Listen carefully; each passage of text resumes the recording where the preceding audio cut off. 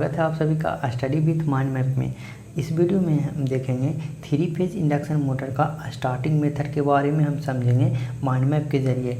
यह जो वीडियो बनाया जा रहा है केवल और केवल रिवीजन पर्पज से बनाया जा रहा है। यह जो है 3 फेज इंडक्शन मोटर का पार्ट 3 वीडियो है। इससे पहले जो है 2 वीडियो अपलोड हो चुके हैं, पार्ट 1 और पार्ट 2 करके। तो सबसे पहले हम आपसे रिक्वेस्ट करेंगे कि पहले आप उन वीडियो को अगर नहीं देखे हैं तो जाके सबसे पहले उसको देखें। प्लेलिस्ट में जो है उसका सबको अरेंज किया गया है। तो चलिए शुरू करते हैं। सबसे पहले देखते हैं स्टार्टिंग मेथड। तो स्टार्टिंग मेथड में सबसे पहले हम देखते हैं कि स्टार्टिंग मेथड आखिर इसको यूज़ क्यों करते हैं। देखिए स्टार्टिंग मेथड का यूज़ करने का मेन मोटिव यह होती है क्योंकि स्टार्टिंग करंट जो होती है 3 फेज इंडक्शन मोटर में बहुत ज़्यादा होती है। तो 3 फेज इंडक्शन मोटर का जो स्टार्टिंग करंट को जो है कंट्रोल करने के लिए यानी कि रिड्यूस करने के लिए हम लोग को जो है ज़रूरत पड़ती है स्टार्टिंग मेथड की। और जो है हम लोग चाहते हैं कि जो 3 फेज इंडक्शन मोटर का जो स्टार्टिंग का जो टॉर्क है वो इंक्रीज कर सकें स्टार्टर की मदद से। तो बेसिक जो होती है 4 प्रकार का स्टार्टर होता है। एक को बोलते हैं डायरेक्ट ऑनलाइन स्टार्टर, दूसरा को बोलते हैं रेजिस्टेंस स्टार्टर या तो रिएक्टेंस स्टार्टर भी एक होती है। एक और को बोलते हैं ऑटो ट्रांसफार्मर स्टार्टर और जो चौथा नंबर होती है उसको बोलते हैं स्टार डेल्टा स्टार्टर। तो चलिए देखते हैं किसका कहाँ पे यूज़ करते हैं। डायरेक्ट ऑनलाइन स्टार्टर का जो हम लोग बेसिक जो यूज़ करते हैं वो 5 HP से लेके 7 HP के बीच में हम लोग इसका यूज़ करते हैं। अगर हम बात करते हैं रेजिस्टेंस स्टार्टर का, रेजिस्टेंस स्टार्टर का जो बेसिक जो है यूज़ नहीं करते हैं क्योंकि यह जो है हीट उत्पन्न करता है, जो है अच्छा नहीं होता। इसीलिए हम लोग रेजिस्टेंस स्टार्टर का जो है यूज़ नहीं करते हैं। अगर हम बात करते हैं ऑटो ट्रांसफार्मर का, ऑटो ट्रांसफार्मर स्टार्टर का जो हम लोग यूज़ करते हैं अगर ट्रांसफार्मर का रेटिंग जो है मोर देन अगर 20 HP है तो वहाँ पे हम लोग यूज़ कर सकते हैं ऑटो ट्रांसफार्मर का। उसके बाद अगर हम बात करते हैं स्टार डेल्टा स्टार्टर का, यह जो है मोस्टली जो है स्टार डेल्टा स्टार्टर ही यूज़ किया जाता है। क्यों किया जाता है?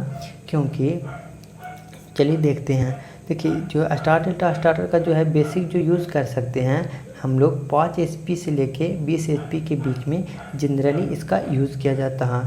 यह जो है यूज़ किया जाता है only for delta connection, motor के लिए ही यूज़ किया जाता है। यदि जो मोटर का कनेक्शन है अगर डेल्टा कनेक्शन के लिए किया गया है तभी हम इसको अप्लाई करेंगे इस मेथड के। क्योंकि जो मोटर जो होती है यानी कि इनिशियली में स्टार्ट तो होती है, स्टार कनेक्शन में स्टार्ट होती है, बट फाइनली जो मोटर जो रन करती है वह जो है डेल्टा कनेक्शन में रन करती है। चलिए इसके बारे में और जो है फीचर को देखते हैं। तो देखिए स्टार डेल्टा स्टार्टर का यूज़ करने से जो वोल्टेज जो होती है वो अगर रिड्यूस होती है 1/√3 वोल्टेज को रिड्यूस होने से जो करंट में जो है कितना करंट रिड्यूस हो जाती है तो 1/3 करंट हो जाती है। यानी कि 1/3 जो होती है इनिशियल करंट 1/3 हो जाती है।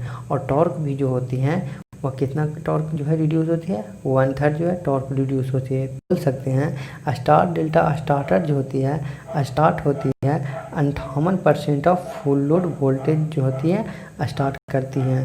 तो हमने जो स्टार्टिंग मेथड से रिलेटेड जितना भी की पॉइंट था उसको हम लोग यहाँ पे देख लिए हैं। उसके बाद अगर आगे हम लोग देखते हैं तो स्पीड कंट्रोल।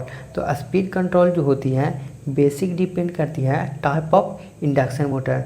तो हम लोग जानते हैं बेसिक 2 प्रकार की इंडक्शन मोटर होती है। एक को बोलते हैं स्क्वायरल केज इंडक्शन मोटर और दूसरे को बोलते हैं स्लिप रिंग इंडक्शन मोटर। तो देखिए स्क्वायरल केज इंडक्शन मोटर में देखिए 2 जो मेथड है वो कॉमन है, फ्रीक्वेंसी और वोल्टेज कंट्रोल जो होती है कॉमन होती है दोनों के लिए।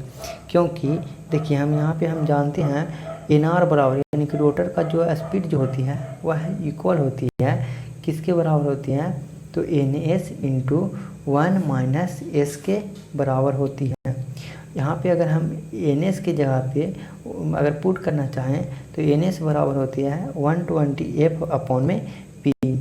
तो यहाँ पे हम लोग अगर यहाँ पे देखें कि फ्रीक्वेंसी में अगर वैरी कराएं तो यानी कि स्पीड में भी वैरी होगा।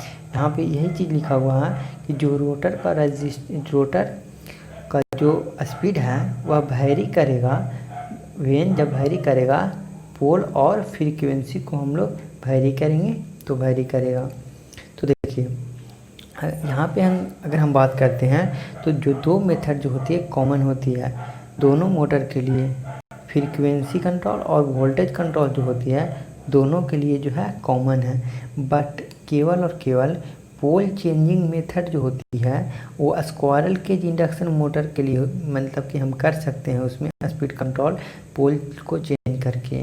अगर हम बात करते हैं रोटर रेजिस्टेंस कंट्रोल और रोटर ईएमएफ इंजेक्शन कंट्रोल जो होती है केवल और केवल जो होती है स्लिप रिंग इंडक्शन मोटर में एप्लीकेबल होती है। तो यहाँ पे हम लोग इन दोनों मोटर के बारे में देख लें।